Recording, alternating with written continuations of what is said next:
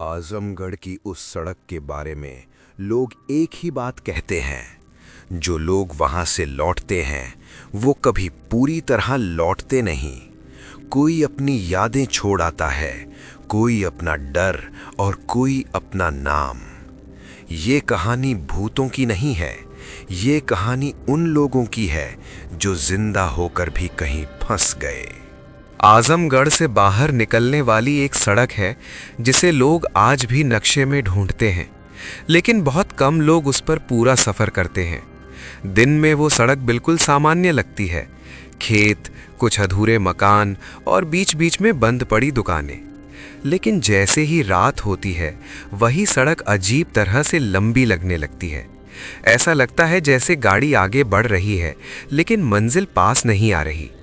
ये बात तब की है जब रोहित, सुमित और फैजल ने तय किया कि वो रात में उसी रास्ते से जाएंगे।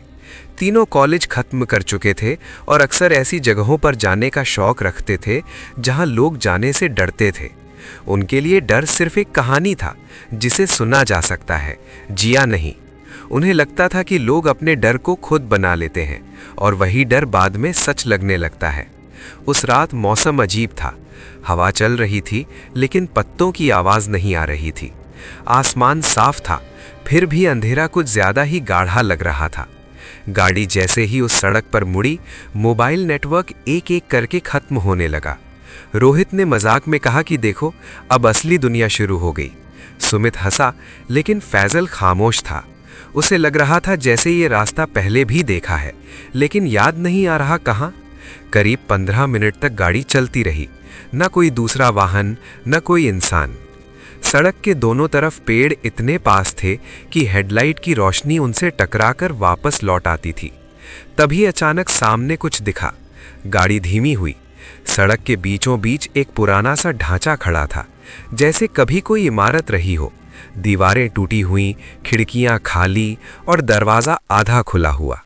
रोहित ने गाड़ी रोकी। सुमित ने कहा कि चलो थोड़ा देख लेते हैं।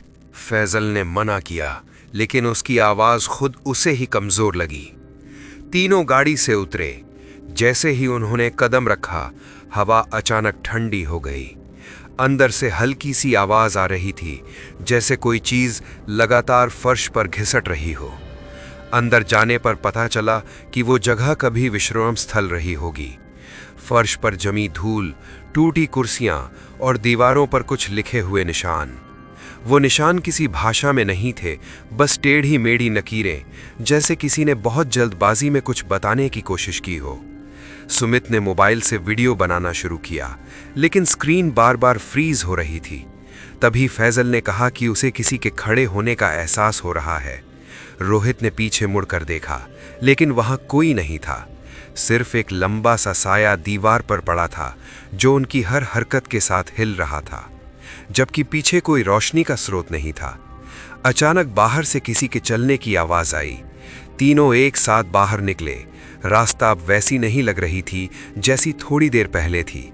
रास्ता जैसे और संकरा हो गया था। पेड़ और पास आ गए थे, और सबसे अजीब बात, गाड़ी वहां नहीं थी। रोहित को गुस्सा आया। उसने कहा कि ये कोई मजाक है, लेकिन सड़क पूरी तरह खाली थी, न आगे न पीछे। मोबाइल अब पूरी तरह बंद हो चुके थे। तभी उस इमारत के अंदर से एक आवाज आई, बिल्कुल पास से, इतनी दूर आ ही गए हो तो पूरा देख लेते। आवाज किसी आदमी या औरत की नहीं थी, वो सीधी दिमाग के अंदर उतर रही थी। सुमित के हाथ से मोबाइल गिर गया। फैजल के पैर कांपने लगे। रोहित पहली बार चुप था। उसे समझ आ गया था कि ये जगह सिर्फ छोड़ी हुई इमारत नहीं है। वो तीनों वापस अंदर गए, क्योंकि बाहर जाने का रास्ता अब साफ नहीं दिख रहा था। जैसे ही वे अंदर पहुंचे, दरवाजा अपने आप बंद हो गया। अंदर अंधेरा गहरा गया, और उसी अंधेरे में किसी ने बहुत पास से सांस ली। यहीं से वो रात शुरू हुई जिसके बाद आज तक उस सड़क से लौटने वाले लोग पूरे नहीं लौटे। अंदर का अंधेरा ऐसा नहीं था जिसे आंखें धीरे धीरे पहचान लें। वो अंधेरा सीधे दिमाग पर दबाव डाल रहा था, जैसे किसी ने रोशनी नहीं बल्कि सोचने की ताकत छीन ली हो। दरवाजा बंद होने की आवाज साफ नहीं आई, लेकिन तीनों को पता चल गया कि अब बाहर जाने का रास्ता वैसा नहीं रहा। रोहित ने जेब से टॉर्च निकाली, एक झटके में जलाई। रोशनी फैली, लेकिन दीवारें अब वैसी नहीं दिख रही थी जैसी थोड़ी देर पहले थीं। जगह पहले से बड़ी लग रही थी। छत ऊंची हो गई थी और कमरे के कोने अब दूर खिसक गए थे। सुमित ने धीमे से कहा कि जब वे अंदर आए थे तब ये कमरा इतना बड़ा नहीं था। फैजल ने कुछ नहीं कहा, लेकिन उसके चेहरे से साफ था कि वो भी यही महसूस कर रहा है। फर्श पर धूल नहीं थी, जैसे किसी ने हाल ही में इसे साफ किया हो, लेकिन उस सफाई में अजीब सी लापरवाही थी। कुछ जगह बिल्कुल चमकदार और कुछ जगहों पर जूतों के निशान। वो निशान अलग अलग साइज के थे, जैसे बहुत से लोग यहाँ आकर रुके हों और फिर अचानक कहीं गायब हो गए हों। रोशनी दीवार पर पड़ी तो कुछ ऐसा दिखा जिसने तीनों को चुप करा दिया। दीवार पर एक कैलेंडर टंगा था, बहुत पुराना, किनारे जले हुए। तारीख साफ दिख रही थी, 12 अगस्त 1998। सुमित ने तुरंत कहा कि ये कैसे हो सकता है, कैलेंडर तो बदले जाते हैं, लेकिन उसके शब्दों में खुद विश्वास नहीं था। रोहित ने दीवार को छुआ। ठंडी नहीं थी, नहीं गर्म, बस अजीब तरह से सपाट, जैसे किसी स्क्रीन को छू रहे हों। तभी पीछे से बहुत हल्की सी आवाज आई, कोई चीज गिरने की नहीं, बल्कि किसी के बैठने की। तीनों एक साथ मुड़े। कमरे के बीचों बीच अब एक कुर्सी रखी थी, जो पहले वहां नहीं थी। कुर्सी पर कोई नहीं बैठा था, लेकिन कुर्सी का दबा हुआ गद्दा बता रहा था कि अभी अभी कोई उठा है। फैजल का गला सूख गया। उसने कहा कि उसे ऐसा लग रहा है जैसे कोई उन्हें देख रहा है, लेकिन आंखों से नहीं, बल्कि किसी और तरीके से। रोहित ने उसे डांटना चाहा, लेकिन उसकी आवाज़ खुद ही कांप गई।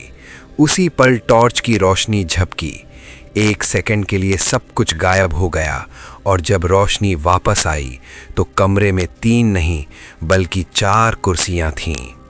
चौथी कुर्सी दीवार के बिल्कुल पास थी और उस पर एक जैकेट टंगी थी, वही जैकेट जो रोहित ने पहनी थी। रोहित ने नीचे देखा, उसके शरीर पर जैकेट नहीं थी। सुमित पीछे हटने लगा। उसका दिमाग जवाब दे रहा था कि ये कोई मजाक नहीं है, ये कोई डराने की कोशिश नहीं है, ये जगह किसी नियम पर काम कर रही है, ऐसे नियम जो बाहर की दुनिया से अलग हैं।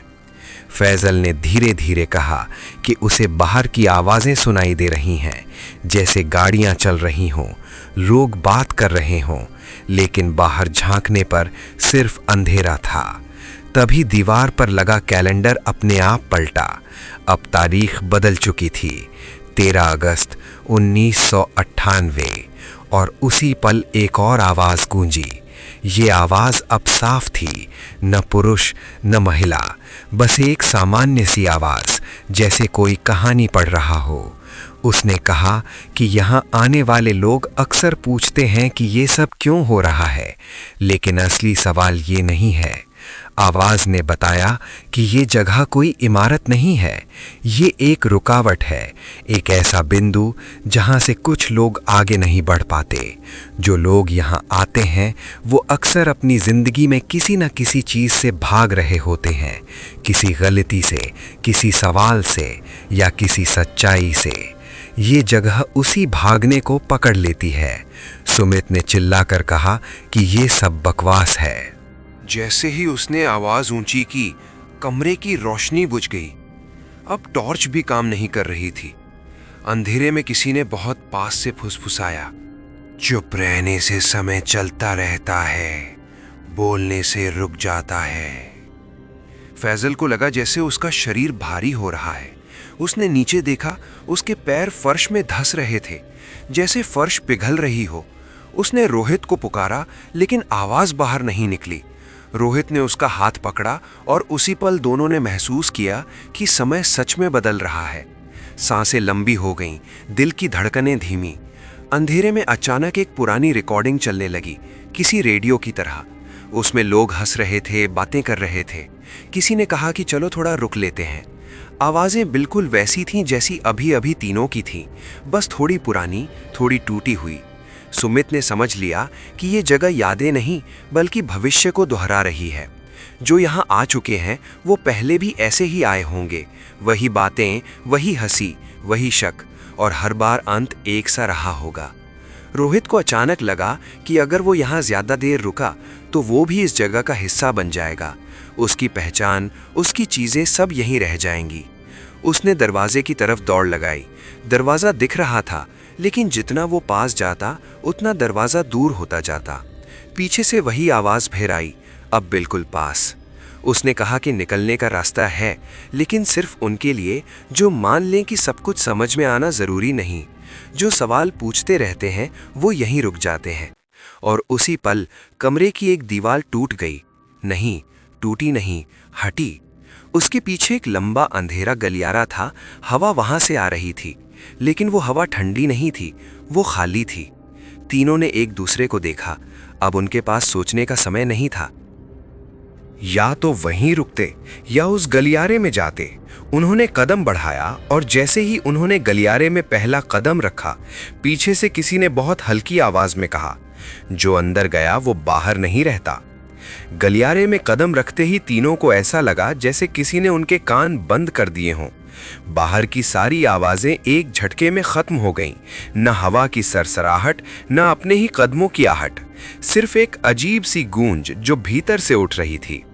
गलियारा सीधा नहीं था, हल्का सा मुड़ा हुआ, और उसकी दीवारें किसी सुरंग जैसी नहीं लग रही थीं, बल्कि किसी बंद दिमाग के अंदर की तरह महसूस हो रही थीं। कुछ दूर चलने के बाद रोहित को एहसास हुआ कि उसकी चाल बदल गई है। पैर आगे बढ़ रहे थे, लेकिन उसे वो मेहनत महसूस नहीं हो रही थी जो चलने में होती है, जैसे शरीर किसी और के नियंत्रण में हो। उसने सुमित की तरफ देखा। सुमित का चेहरा अजीब तरह से शांत था, जरूरत से ज्यादा। फैजल पीछे पीछे था, लेकिन उसकी आंखें खाली लग रही थीं, जैसे वो सामने नहीं कहीं और देख रहा हो।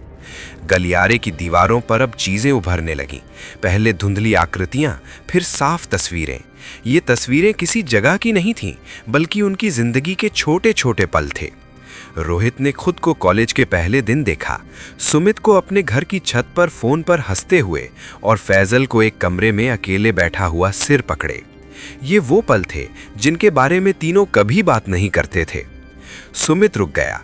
दीवार पर उसकी एक तस्वीर थी जिसमें वो किसी से बहस कर रहा था। उसकी आवाज पहली बार टूटी। उसने कहा कि ये सब यहाँ क्यों है?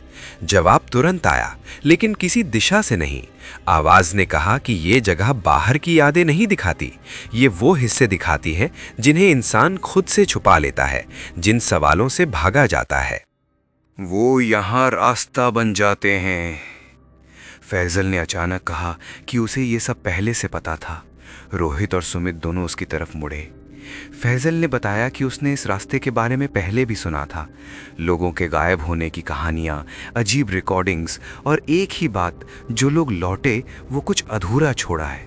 उसने ये सब जानबूझकर नहीं बताया, क्योंकि उसे लगा था कि शायद ऐसा कुछ होता ही नहीं। लेकिन अब वो मान चुका था कि ये जगह कोई इत्तेफाक नहीं है। जैसे ही फैजल ने ये कहा, गलियारा और चौड़ा हो गया। सामने एक बड़ा सा कमरा खुला। उस कमरे में कोई फर्नीचर नहीं था, बस फर्श पर 3 गोल घेरे बने थे। हर घेरा एक अलग रंग का था। कोई चिन्ह नहीं, कोई नाम नहीं, बस खालीपन। आवाज ने कहा कि यहाँ हर आने वाले को रुकना पड़ता है। ये कमरा चुनाव का नहीं, स्वीकार करने का है। जो अपने बारे में सच मान लेता है वो आगे बढ़ता है, जो नहीं मान पाता वो यहीं रह जाता है, हमेशा के लिए नहीं, लेकिन समय से बाहर। रोहित ने पहला कदम आगे बढ़ाया। जैसे ही उसने घेरे में पैर रखा, कमरे का रंग बदल गया। अब वो खुद को उसी सड़क पर खड़ा देख रहा था, लेकिन इस बार अकेला। उसकी गाड़ी आगे खड़ी थी, इंजन चालू। उसे याद आया कि असल में इस सफर पर निकलने का आइडिया उसी का था। वो बस रोमांच चाहता था, कुछ अलग, कुछ ऐसा जिसे वो दूसरों को दिखा सके। उसे कभी फर्क नहीं पड़ा था कि उसके साथ कौन है, बस ये कि वो कहानी कैसी बनेगी। सुमित दूसरे घेरे में गया। उसके सामने उसका भविष्य खड़ा था। एक साधारण जिंदगी, साधारण नौकरी, वही दिनचर्या। वो हमेशा इससे डरता था। उसे लगता था कि वो कहीं फंस जाएगा, इसलिए वो हर जोखिम में कूद जाता था। डर से भागने के लिए डर ढूंढता था। फैजल तीसरे घेरे के पास खड़ा ही रहा। उसने आगे कदम नहीं बढ़ाया। उसने कहा कि उसे डर है। पहली बार उसने साफ माना कि वो हमेशा पीछे रह जाता है, फैसले नहीं ले पाता और जब चीज़ें बिगड़ती हैं तो खुद को दोष देता है। जैसे ही उसने ये कहा, तीसरा घेरा अपने आप हल्का सा चमकने लगा। कमरा धीरे धीरे गायब होने लगा। लेकिन इसके साथ ही एक और सच्चाई सामने आई। आवाज ने बताया कि यहाँ से तीनों का निकलना आसान नहीं होगा। हर बार कोई न कोई हिस्सा पीछे रह जाता है, कभी याद, कभी समय, कभी इंसान खुद। रोहित ने देखा कि सुमित की परछाई अब फर्श से जुड़ी नहीं थी। सुमित ने भी महसूस किया कि उसका वजन कम हो रहा है। फैजल की आवाज गूंजने लगी, जैसे वो कमरे में नहीं किसी सुरंग में बोल रहा हो। और तब कमरे की दीवार पर एक लाइन उभरी, सब बाहर जा सकते हैं लेकिन सब पूरे नहीं लौटते। अगले ही पल जमीन हिल गई, गलियारा वापस दिखने लगा। लेकिन अब वो पहले जैसा नहीं था। रास्ता दो हिस्सों में बंट चुका था। एक रास्ता बाहर की ओर जाता लग रहा था, दूसरा रास्ता और गहरे अंधेरे में। आवाज ने आखिरी बार कहा कि समय कम है, जो भी फैसला होगा वो अभी होगा और ये फैसला कोई और नहीं लेगा। तीनों खड़े थे, सड़क पास थी, अंधेरा बुला रहा था और इस बार लौटने का मौका शायद एक ही को मिलने वाला था। दो रास्ते सामने थे। एक रास्ता ऐसा लग रहा था जैसे बाहर की दुनिया की ओर जाता हो, हल्की सी रोशनी, हवा का बहाव और दूर कहीं सड़क जैसी बनावट। दूसरा रास्ता बिल्कुल उल्टा था, घना अंधेरा जिसमें कोई दिशा नहीं दिख रही थी। सिर्फ ये एहसास कि वो रास्ता अंदर की ओर जा रहा है, बाहर की तरफ नहीं।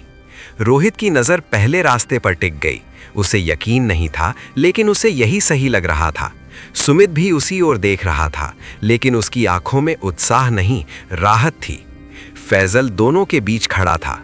उसके चेहरे पर डर था, लेकिन उससे भी ज्यादा कुछ छूट जाने का एहसास। आवाज फिर आई। इस बार वो दूर नहीं थी, बिल्कुल पास। उसने कहा कि बाहर जाने वाला रास्ता वही चुन सकता है जो अपने साथ सब कुछ नहीं ले जाना चाहता। यहाँ से निकलने का मतलब जीत नहीं होता, बस बच निकलना होता है। और जो गहराई में जाता है वो शायद बाहर ना आए, लेकिन वो अधूरा भी नहीं रहेगा। सुमित ने पहली बार रोहित की तरफ देखा और बोला कि उसे बाहर जाना है। उसकी आवाज में कोई बहस नहीं थी, जैसे उसने फैसल पहले ही कर लिया हो। रोहित ने सिर हिलाया, वो भी यही चाहता था, बाहर निकलना, वापस वही जिंदगी, और इस सब को किसी डरावनी याद की तरह छोड़ देना। फैजल कुछ नहीं बोला, वो बस दोनों को देखता रहा। फिर उसने धीरे से कहा कि उसे ऐसा लग रहा है जैसे अगर वो बाहर गया तो कुछ हमेशा के लिए खो देगा। रोहित ने झुंझला कर कहा कि यहाँ रहकर क्या मिलेगा। फैजल ने जवाब नहीं दिया, क्योंकि उसके पास जवाब नहीं था, बस एक एहसास था जो शब्दों में नहीं आ रहा था। तभी गलियारे की दीवारें हिलने लगीं, समय जैसे दबाव डाल रहा हो। आवाज ने कहा कि फैसला अभी करना होगा। रुकने का मतलब चुनना नहीं होता, बल्कि किसी और के चुने हुए में फंस जाना होता है। सुमित ने कदम बढ़ाया। जैसे ही उसने बाहर वाले रास्ते की तरफ पहला कदम रखा, उसके शरीर का रंग हल्का पड़ने लगा, जैसे कोई तस्वीर धीरे धीरे फीकी हो रही हो। उसने पीछे मुड़कर देखा, लेकिन उसका चेहरा अब साफ नहीं दिख रहा था। रोहित ने उसका हाथ पकड़ना चाहा, लेकिन उसकी उंगलियां खाली हवा से टकरा गईं। आवाज ने कहा कि सुमित जा रहा है, लेकिन वो सब कुछ नहीं ले जा पाएगा। बाहर की दुनिया में उसे समय मिलेगा, जिंदगी मिलेगी, लेकिन वो कभी पूरी तरह याद नहीं कर पाएगा कि वो यहाँ आया था। उसके दिमाग में हमेशा एक खाली जगह रहेगी, जिसे वो नाम नहीं दे पाएगा। रोहित घबरा गया। उसने जल्दी से बाहर वाले रास्ते की ओर कदम बढ़ाया। उसे लगा कि अगर वो देर करेगा तो वो भी फंस जाएगा। जैसे ही वो आगे बढ़ा, उसे अपने भीतर कुछ खींचता हुआ महसूस हुआ। उसकी यादें, उसकी आवाज, उसका आत्मविश्वास, सब जैसे पीछे छूट रहा हो। फैजल अब भी वहीं खड़ा था। रोहित ने पलटकर चिल्लाया कि चल यहाँ से निकलते हैं। फैजल ने उसकी तरफ देखा। उसकी आंखों में डर अब भी था, लेकिन उसके नीचे कुछ और था, स्वीकार। उसने कहा कि वो बाहर नहीं जा सकता। उसे लग रहा था कि अगर वो गया तो वो हमेशा खुद से भागता रहेगा। उसने पहली बार माना कि वो हमेशा फैसले दूसरों पर छोड़ देता है, और यही उसे यहाँ तक लाया है। जैसे ही फैजल ने ये कहा, अंधेरे वाले रास्ते से हवा चलने लगी। वो हवा ठंडी नहीं थी, बल्कि भारी थी। उसमें आवाज़ें थीं, पुरानी बातें, अधूरे वाक्य और ऐसे सवाल जिनके जवाब कभी नहीं मिले। रोहित ने एक पल के लिए सोचा कि वो भी फैजल के साथ रुक जाए, लेकिन उसी पल उसने बाहर की सड़क देखी, असली सड़क। उसे लगा कि यही मौका है, अगर अभी नहीं गया तो शायद कभी नहीं जा पाएगा। उसने मुंह फेर लिया। फैजल ने उसे जाते हुए देखा, न कोई गुस्सा न शिकायत, बस एक लंबी सांस, जैसे वो जानता हो कि यही होना था। जैसे ही रोहित बाहर वाले रास्ते में पूरी तरह गया, गलियारा कांप उठा, दीवारें सिकुड़ने लगीं। फैजल ने अंधेरे वाले रास्ते की ओर कदम बढ़ाया। जैसे ही उसने पहला कदम रखा, उसका शरीर हल्का नहीं हुआ, बल्कि भारी, जैसे वो किसी बोझ को उठाकर आगे बढ़ रहा हो। लेकिन उसके चेहरे पर अब डर नहीं था, बस थकान और एक अजीब सी शांति। आवाज़ ने आखिरी बार उससे बात की। उसने कहा कि यहाँ रहने का मतलब कैद होना नहीं है, यहाँ रहने का मतलब बन जाना है। जो यहाँ रुकते हैं वो जगह नहीं बनते, बल्कि जगह का हिस्सा हो जाते हैं। फैजल ने सिर हिलाया। उसे अब फर्क नहीं पड़ता था कि बाहर क्या है। उधर रोहित बाहर आया, लेकिन बाहर वैसा नहीं था जैसा उसने सोचा था। सड़क वही थी, लेकिन सब कुछ थोड़ा बदला हुआ, जैसे रंग कम हो गए हों। आवाज़ें दूर लग रही थीं। उसे याद नहीं आ रहा था कि वो यहाँ कैसे पहुँचा। बस इतना पता था कि वो बहुत थक गया है। सुमित भी बाहर था। वो सड़क के किनारे बैठा था, सिर पकड़े। जब रोहित ने उसे आवाज़ दी तो उसने ऊपर देखा, लेकिन उसकी आंखों में पहचान नहीं थी। उसने पूछा कि तुम कौन हो? रोहित का दिल बैठ गया। उसी पल दूर कहीं से एक धीमी सी आवाज़ आई, बहुत हल्की, जैसे किसी ने फुसफुसा कर कहा हो, यहाँ से निकलना अंत नहीं होता। और सड़क के उस मोड़ पर, जहाँ से अंधेरा शुरू होता था, कुछ हिला। फैजल वहाँ नहीं था, लेकिन उसकी मौजूदगी थी। रोहित को ठीक से याद नहीं था कि वो कब घर पहुँचा। बस इतना पता था कि सड़क खत्म हुई, फिर कुछ मोड़ आए और उसके बाद सब कुछ अपने आप होता चला गया। उसने किसी से बात नहीं की, किसी को फ़ोन नहीं किया। मोबाइल जेब में था, लेकिन उसे देखने का ख्याल भी नहीं आया। जैसे दिमाग ने तय कर लिया हो कि कुछ चीज़ों को छूना ही नहीं है। अगले कुछ दिनों तक उसे सब सामान्य लगने की कोशिश करता रहा। वही कमरे, वही आवाज़ें, वही लोग, लेकिन हर चीज़ में थोड़ा सा फर्क था। लोग बात करते हुए बीच में रुक जाते थे, जैसे शब्द याद ना आ रहे हों। घड़ियां समय दिखा रही थीं, लेकिन सेकंड की सुई कभी कभी अटक जाती थी। रोहित ने इसे थकान समझकर नज़रअंदाज किया, लेकिन एक खालीपन उसके अंदर लगातार फैल रहा था। सुमित का कोई पता नहीं चला। रोहित को याद था कि वो उसके साथ बाहर आया था, लेकिन अब किसी को उसकी याद नहीं थी। कॉलेज के दोस्त कहते थे कि इस नाम का कोई लड़का उनके साथ पढ़ा ही नहीं। सोशल मीडिया पर उसका कोई अकाउंट नहीं था। फोटो एल्बम में उसकी जगह खाली थी, जैसे वो कभी था ही नहीं। एक शाम रोहित उसी सड़क के पास चला गया, बिना जाने क्यों। अब वहां कोई डर नहीं दिखता था। सड़क आम थी, आने जाने वाली। लेकिन जैसे ही वो उसी मोड़ पर पहुंचा जहां सब बदला था, उसका सिर घूमने लगा। उसे लगा जैसे कोई बहुत दूर से उसे देख रहा हो। हवा चल रही थी, लेकिन उसमें वही भारीपन था। उसी रात उसे पहला सपना आया। सपने में वो उसी इमारत के अंदर था, लेकिन अब वो टूटी हुई नहीं थी। सब साफ था, शांत था, और बीच में फैजल खड़ा था। वही कपड़े, वही चेहरा, लेकिन उसकी आंखों में कुछ ऐसा था जो इंसान का नहीं था। वो डरावना नहीं लग रहा, अलग। फैजल ने कहा कि बाहर जाना आसान था, लेकिन पूरा लौटना मुश्किल। उसने बताया कि वो अब उस जगह का हिस्सा है। वो लोगों को नहीं रोकता, बस उन्हें देखता है। जो लोग वहां आते हैं वो पहले ही कहीं ना कहीं टूटे होते हैं। जगह बस वही हिस्सा रोक लेती है जिसे इंसान खुद नहीं संभाल पाता।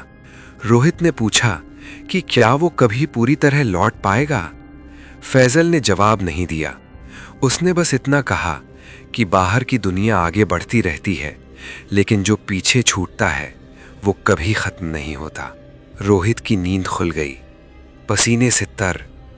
कमरे में सब सामान्य था, लेकिन दीवार के कोने में उसकी जैकेट टंगी थी, वही जैकेट जो उसने उस रात पहनी थी।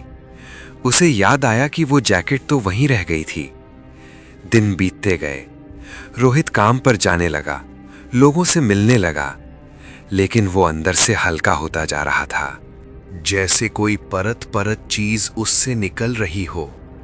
उसे अब डर नहीं लगता था, और यही सबसे डरावना था, क्योंकि डर के साथ एहसास भी जाता है। एक दिन खबर आई कि उसी सड़क पर फिर से कुछ लोग गायब हुए हैं, 4 लोग।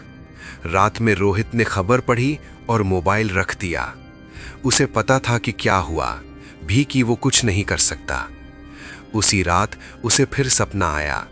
इस बार फैजल अकेला नहीं था, उसके पीछे कई धुंधली आकृतियां थीं, सब शांत, सब स्थिर। फैजल ने कहा कि जगह कभी भरती नहीं, जो बाहर जाते हैं उनकी जगह कोई और ले लेता है, संतुलन बना रहता है। सुबह रोहित उठा तो उसे एक बात समझ में आ गई, वो वापस जा सकता है। सड़क अब उसे नहीं रोकेगी, लेकिन अगर वो गया तो शायद बाहर फिर कभी नहीं आएगा, और अगर नहीं गया तो वो धीरे धीरे ऐसा बन जाएगा जो जिंदा तो है लेकिन मौजूद नहीं। कुछ फैसले देर से भी लिए